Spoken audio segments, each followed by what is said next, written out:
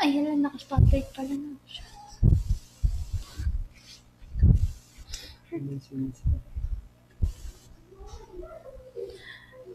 Pleasant evening to all and a very happy Sabbath. Before we start our song service, let's all bow for prayer. Dear Heavenly Father, we ask that your presence be with us today. May the angels join us in singing praises to thy name. On your Sabbath day, all these things we ask, in Christ's name we pray. Amen.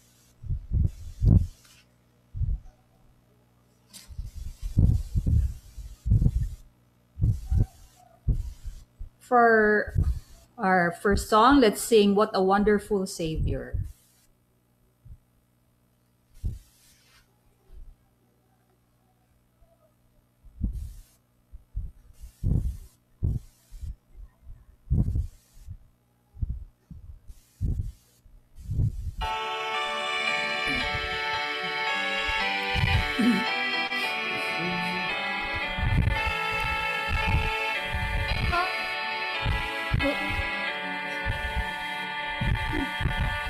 Christ has for sin atonement, what a wonderful Savior. We are redeemed, the price is free, what a wonderful Savior. What a wonderful Savior is Jesus, my Jesus. What a wonderful Savior is Jesus, my Lord. I praise Him for the cleansing blood. What a wonderful Savior that reconciled my soul to God. What a wonderful Savior. What a wonderful Savior is Jesus, my Jesus. What a wonderful Savior is Jesus, my Lord. He walks beside me all the way. What a wonderful Savior, and keeps me faithful day by day. What a wonderful Savior. What a wonderful Savior is Jesus, my Jesus. What a wonderful Savior is Jesus, my Lord. He gives me overcoming power. What a wonderful Savior, and triumph in each trying hour. What a wonderful Savior. What a wonderful Savior is Jesus, my Jesus. What a wonderful Savior is Jesus, my Lord. For our opening song, let's sing our theme song, In Times Like This.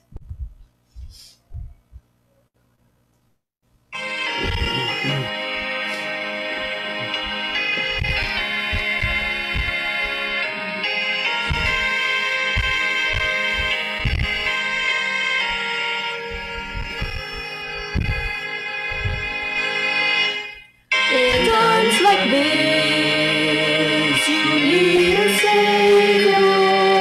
In times like this, you need an anchor. Be very sure, be very sure. Your anchor holds and keeps the solid rock. His rock is Jesus, yes, He's the one. This rock is Jesus, the only one. Be very sure, be anchor holds and grips the solid rock. In times like this, you need a Bible. In times like this, oh, be an idol. Be very sure, be very sure. Your anchor holds and grips the solid rock. His was Jesus, yes, He's the one. His rock is Jesus, the only one. Be very sure, be very sure. Your anchor holds and grips the solid rock. In times like this, I have a Savior. In times like this, I have an anchor. I'm very sure, I'm very sure. My anchor holds and grips the solid rock. His rock is Jesus, yes, He's the one. This rock is Jesus, the only one. I'm very sure, I'm very sure. My anchor holds and grips the solid rock.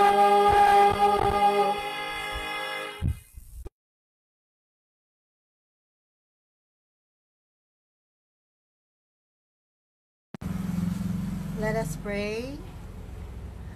Ama naming nasa mga langit na makapangyarihan sa lahat, kami po ay tiklupduhod na dumadalangin sa inyo at humihingi ng kapatawaran ng aming mga pagkukulang at kasalanan. O Panginoon, sa gabing ito ay kami po ay sumasamba sa inyong pangalan at naway patawarin niyo po kami sa anumang aming mga pagkukulang at kasalanan. At tulungan nawa rin po ang aming programa ngayon na gaganapin. Pagpalain niyo po ang mga participants ng programang ito at ang aming pastor na magbibigay ng inspirasyon sa amin na si Pastor Dexter Argarin. At ingatan niyo po kami sa araw-araw at bigyan nawa po kami ng pagpapala at pag-iingat at proteksyon sa araw-araw naming pamumuhay. Maraming po salamat, Ama, sa pagpapala na binibigay niyo po sa amin sa mga makikinig ng mga salita ninyo. Lahat ng ito ay aming dinadalangin, Ama, sa matamis na pangalan ni Jesus. Amen.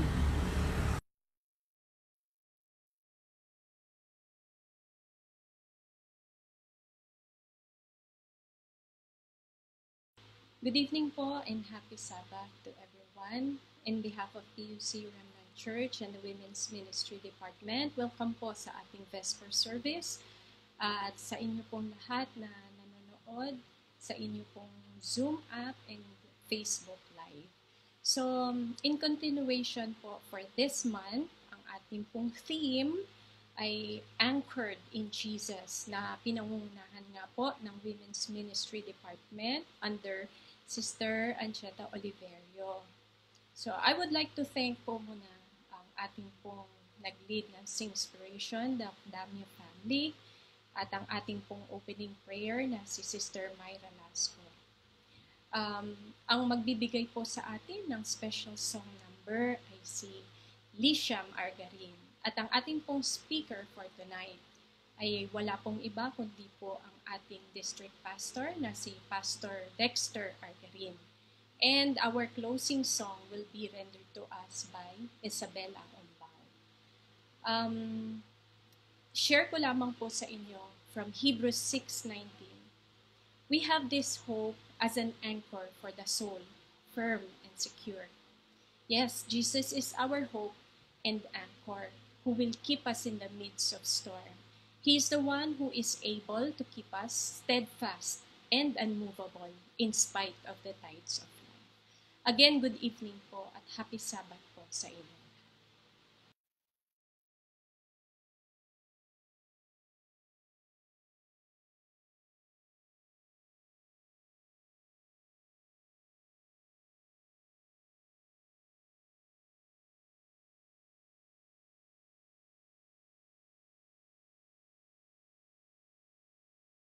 Happy Vesper po. Aawit po ako ng tungkol sa kay Samuel.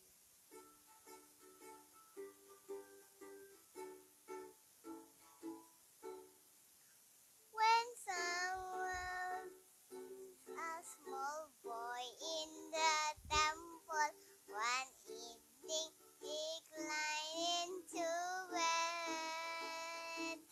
Then he heard a small voice speaking out in the darkness, and Samuel was all that they sensed. Then Samuel rose quickly and ran into Eli to see what the boy might need. But a voice was not Eli said frankly, God's voice is the voice of Messiah. Say, speak, Lord, for your servant hears. Speak, Lord, I'm listening to you. I promise to say what you want me to say and to do what you want me to do. The boy in the temple had learned a great lesson. He used it when he was a man. Never spoke Samuel, said, I am listening. I follow each step of your plan. Years of no pasta, the Lord is still looking. Obedient children he sees. He must be ready, just like little Samuel, to listen this time of this week. Speak, Lord, for your servant heareth. Speak, Lord, I'm listening to you. I promise to say what you want me to say and to do what you want me to do.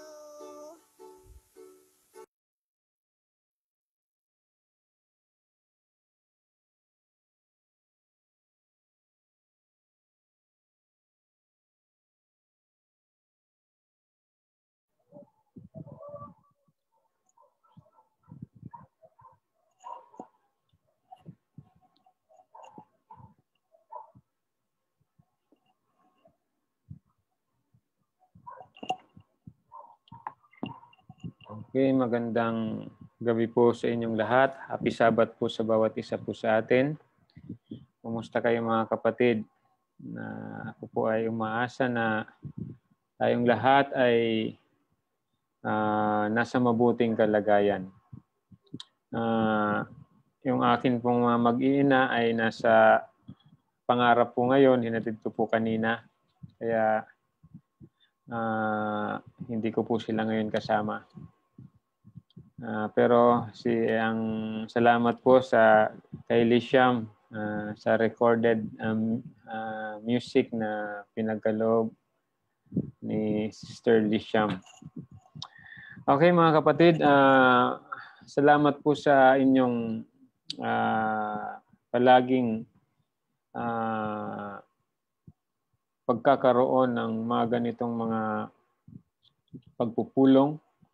At ito po ay nagpapahayag, nagpapatunay na we are anchored in Christ. Gaya po ng team natin na pinangungunahan po ng mga kababaihan or women's ministries. Ngayon mga minamahal kong mga kapatid, dahil sa ang team po natin ay anchored in Christ, and I would like to share to you very interesting topic na minsan po ito po ay hindi natin nabibigyan ng gaanong pansin, pero marahil po ito ay madalas na baka mayroon po tayo nito o nararanasan po natin ito. Sabi nga ay as a Christian, we need to live or living a life of personal holiness. Pag pinag-usapan po natin yung holiness, ang naisip po natin ay perfection. But holiness is not a perfection. Yes, God is perfect. But holiness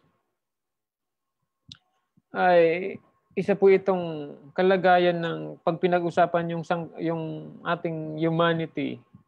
Holiness is the presence of Christ. Pag tayo po ay nasa presensya ng Panginoon, ay we are holy. Yung presensya ng Diyos na sa atin, masasabi po na tayo ay in a holiness, in a holy status. But without the presence of Christ, sino ang presente po doon pag wala yung presensya ng Panginoon? Kaya mayroon nga pong mga libro na ilathala na mayroong tinatawag na gaya ng libro ni Jerry Bridges ay yung Pursuit of Holiness, The Pursuit of Holiness. Kaya po as a Christian ay kailangan tayo po ay maging maging kabahagi ng ating buhay, yung pamumuhay na mayroong personal na kabanalan. Mahirap naman po kasi na lumilitaw tayo na banal pero walang personal na kabanalan. Sa paningin ng maraming tao, tayo ay banal pero walang personal na kabanalan. Yan po ang anuin po natin. Lagi po natin tingnan sa ating sarili. Ngayon po, tingnan po natin itong, nga po natin Ephesians 5:3, Ephesians 5:1-4. Tingnan po natin, Ephesians 5:1-4. Kung meron po kayong mga Biblia, anuin po natin. Tingnan po natin, 1-4. Sabi po dito,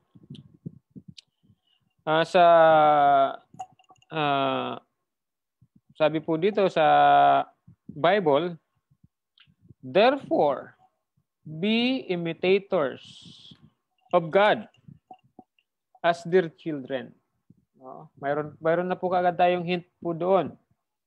Be imitators of God as dear children. And walk in love.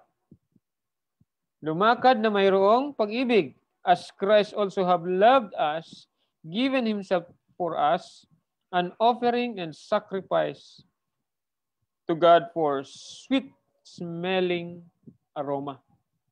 Wow! Ito po pala yung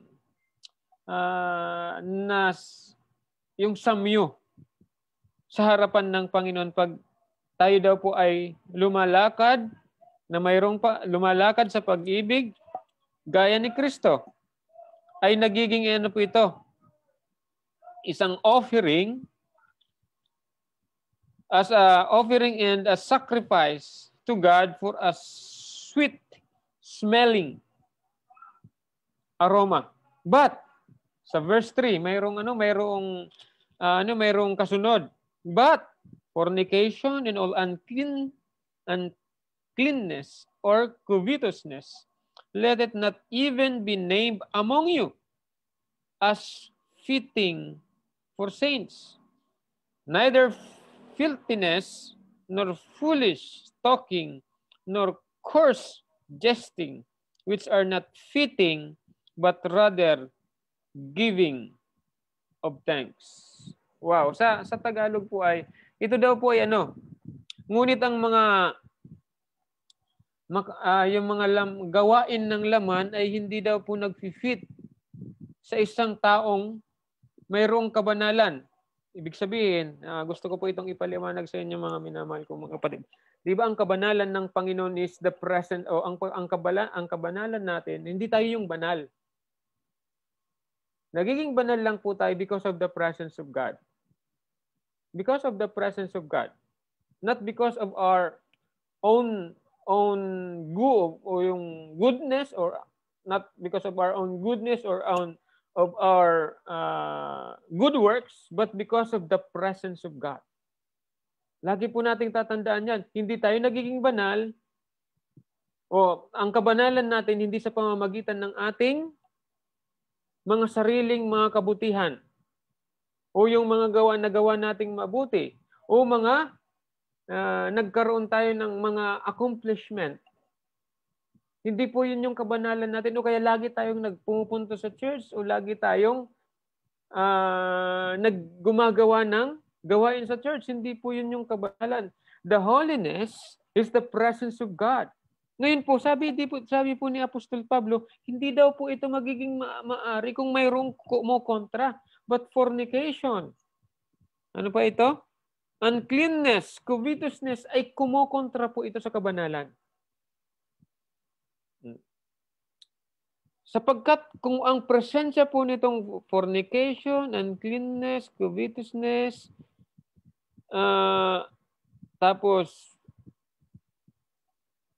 yung mga bagay na hindi kaaya-aya, ito po ay nagbabanggaan. Pag nagbanggaan po ito sa atin, yung presensya ng Panginoon ay pwede po tayong itaboy po nito sa presensya ng Panginoon. Pwede po tayong itaboy nito sa presensya ng Panginoon. Wala pong nagpapalayo sa atin kundi yung mga kasalanan na ating nagagawa o mga kasalanan o yung kasalanan natin ang nagpapalayo sa Panginoon. Kaya pag ang presensya ng Diyos ay binaliwala natin, ito po ay mayroon kaagad po nitong pumapalit. Yung pag-ibig ng Diyos, hindi tayo lumakad sa pag-ibig ng Diyos at hindi tayo, sabi nga dito, hindi tayo nagmahal na gaya ng pagmamahal ng Diyos na ibinigay niya ang kanyang sarili. The presence of God. Sabi nga, lumalayo tayo sa presensya ng Panginoon. Kaya yun po yung nangyayari. Kaya sabi nga, ang buhay ng mayroong kabanalan ay hindi po madali.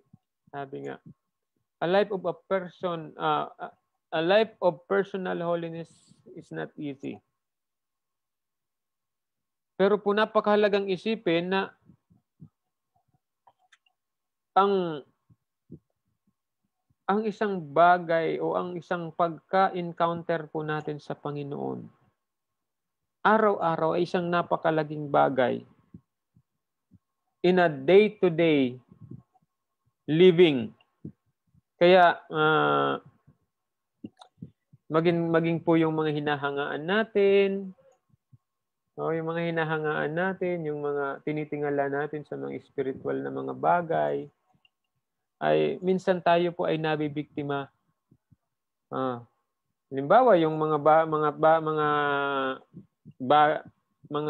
tao na tinitingala natin pag pinag-usapan yung gawain, pag sila'y nagkamali, affected po tayo. Kaya napakadelikado na magdepende po doon sa mga tao na mga tao na tinitingala po natin pag pinag-usapan yung kabanalan. Napakadelikado po nun. Na pag sila din naman ay nagkamali o kaya nagkasala, pati po tayo na apektuhan. Pero po, sabi nga, if the presence of God ay manatili po sa atin, gaya po ni Apostle Paul, may binanggit pa po siya. Balikan po natin yung chapter 4, verse 22 to 24. Chapter 4, verse 22 to 24. Ephesians, chapter 4, 22 to 24. Sabi po dito, that you put off concerning your former conduct, the old man which grows corrupt according to the deceitful lust, and be renewed in the spirit of your mind, and that you put on a new man which was created according to God in true righteousness and holiness. Napakaganda po mga minamahal kong mga kapatid. Kaya ngayon po ay si Apostle Paul, napakaganda po ng kanyang mga sinabi sa mga taga-Epeso na concerning about your former conduct, the old man. Pag sinabing the old man, yung ikaw ay doon pa sa pagkakasala, the old man, sabi nga, which grows corrupt according to the deceitful lust, but be renewed. At ang nakakapag-renew lamang po niyan ay walang iba kundi po yung pag-ibig ng Panginoon. Wala pong ibang nakakapag-renew sa sa isang tao kundi yung pag-ibig ng Diyos. Yung kanyang pagmamahal, yung kanyang sakripisyo, yung kanyang walang hanggang pag-ibig sa atin. Yun po ang nakakapag-renew. At hindi po ito nare-renew ng sariling mga pagpapakabanal. Kaya napakadelikado rin nung sasabihin natin, magpapakabanal na ako kasi malapit na ang Panginoon. Napakahirap po noon, mga minamahal kong mga kapatid. Napakahirap po noon magpakabanal sa sarili lang natin. Yung pinipilit natin maging banal tayo, o pinipilit natin na maging matuwid tayo, lalong-lalo sa harapan ng maraming tao. O sa harapan ng kaibigan natin, sa harapan ng mga ka-churchmate natin, o sa harapan ng mga kasamahan natin sa trabaho. Napakahirap po na napakahirap na ipakita mo na mabuti. Na which is, meron pala sa ating sarili na nagpapahirap sa atin, nagkakaroon ng malaking pasanin sa atin. Na tayo mismo pala ay hindi pa bago sa yung parang hindi pa tayo settle sa pakikipagrelasyon sa Panginoon. Kaya sabi nga po dito, there is only one preventive course to take. Mayroon lamang isang pamamaraan upang maiwasan po natin yung mga makamundong mga gawain o yung kasalanan. Hindi po binabanggit dito na mag-offering ka, mag-tithe ka, hindi po 'yun. Hindi po 'yun yung sagot o kaya lagi kang pumunta o lagi kang sumali sa Zoom worship, o lagi kang sa araw ng Sabat. Lagi kang pumunta sa worship gathering sa araw ng Sabat. Hindi po yun yung requirements. Ngunit ang requirements, sabi po dito, there's only one preventive course to take for holiness, o to take to have a living of a life of personal holiness. Ano daw po yun? Isa lamang daw pong pamamaraan. Ano po yun? Stay very close to our Lord Jesus Christ. Stay very close. Wala pong iba. Okay. Hindi po mapapalitan ito. Yung pagiging close sa Panginoon ay hindi po mapapalitan ng pagiging mabuti natin sa ating kapwa. O kaya pagiging presente natin sa lahat ng worship gatherings. Hindi po yun. Ngunit ang pagiging malapit natin sa Panginoon, yun po ang pinaka-safe na pamamaraan ng buhay para magkaroon ng personal na kabanalan. Personal holiness. Isa pong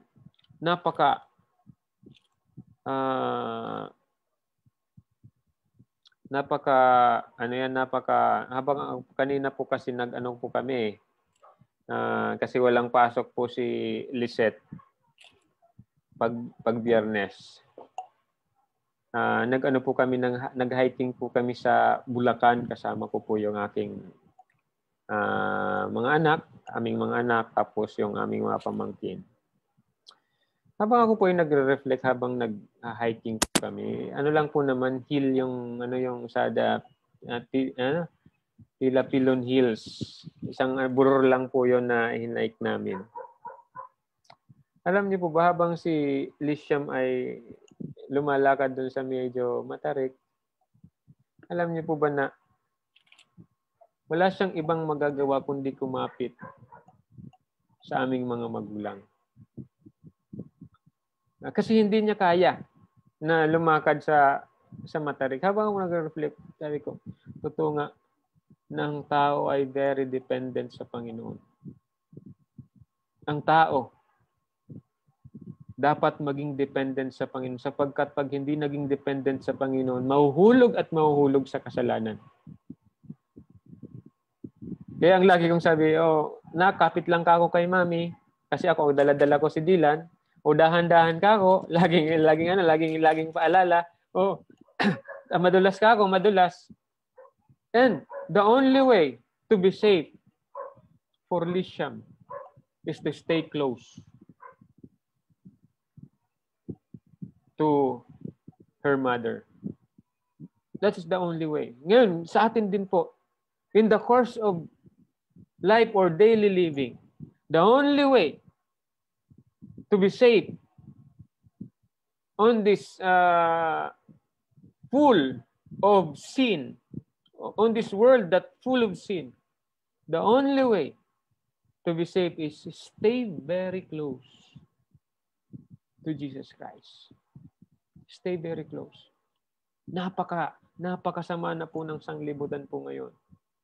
And the only way to be safe on this planet Earth, on this world that full of sin, is to stay very close to God.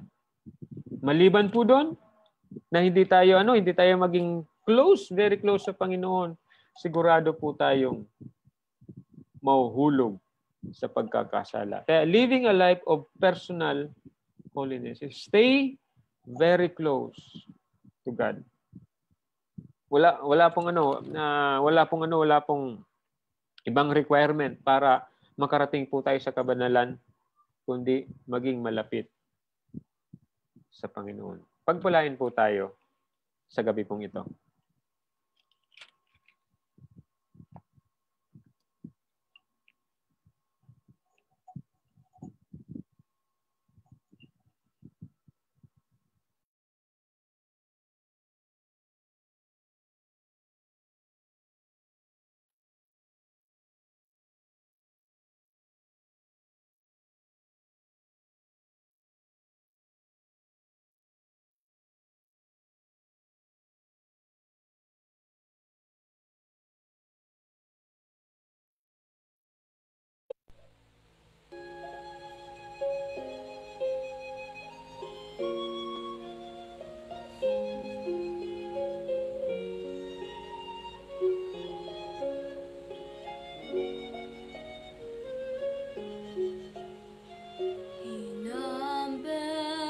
the stars, and He calls them by name.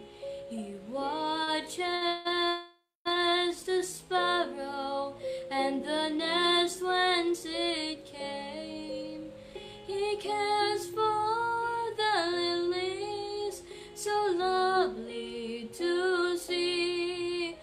Because He loves them so, I know He loves me.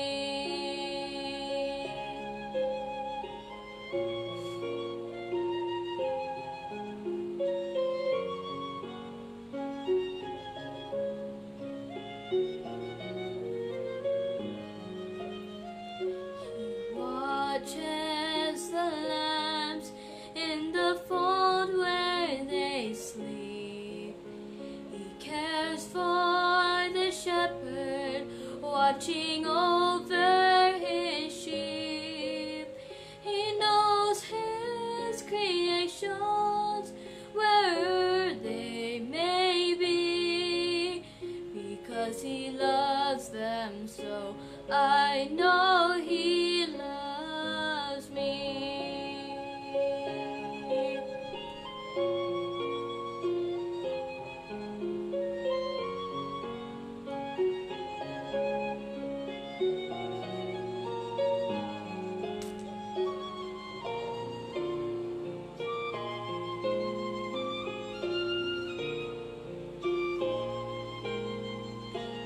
numbers the stars and our tears and our smiles. He knows every sparrow and He knows every child. And when I see starlight or birds on the wing, I know my Father loves me, and my heart sings.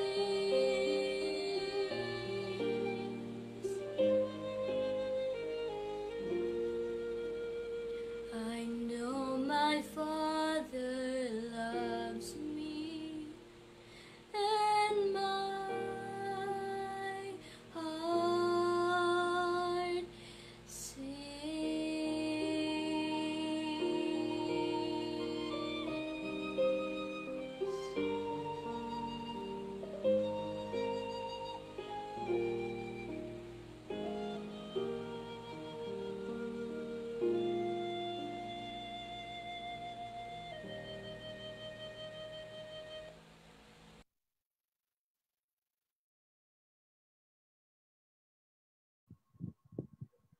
Sige, tayo po ay manalangin. Tayo manalangin. Panginoon, salamat po sa paalala. Salamat po sa walang sawang paggabay po sa amin na kahit nga po kami nagkakasala, kahit nga po kami ay pinapahirapan ng kasalanan ng sanglibutan pong ito. Pero sa panahon, Panginoon, na kami po ay nahihirapan, alam po namin na wala pong ibang pinakaligtas na lugar kundi ang inyo pong presensya. Panginoon, upang kami po ay maging nakaangkla po sa inyo, ang wala pong iba dapat kaming gawin kundi lalong maging malapit sa inyong presensya. Sapagkat ito lamang ang pamamaraan ang aming mga buhay ay mabago. Ang aming mga sarili ay magkaroon ng magandang karanasan sa pamamagitan po ng inyong biyaya at kabanalan. Panginoon, tulungan po ang bawat kapatid na bumubuo ng aming iglesia, lalong-lalong iglesia ng Remnant. Panginoon, pagkaisahin niyo po kami na lumakad sa inyo pong pag-ibig at umibig din, magmahal, na gaya po ninyo. Sapagkat ito lamang ang pamamaraan upang maranasan namin ang tunay na pag-ibig sapagkat ito po ay ipinaranas niyo po sa amin. At ngayon, Panginoon, sa araw pong ito ng Sabat, maranasan po namin ang inyong kabanalan ang inyong pagpapala sa araw pong ito. Tulungan po kami na maging maging matyaga sa aming pananampalataya. Ito po yung aming inihiling, alang-alang sa banal na pangalan ni Jesus. Amen.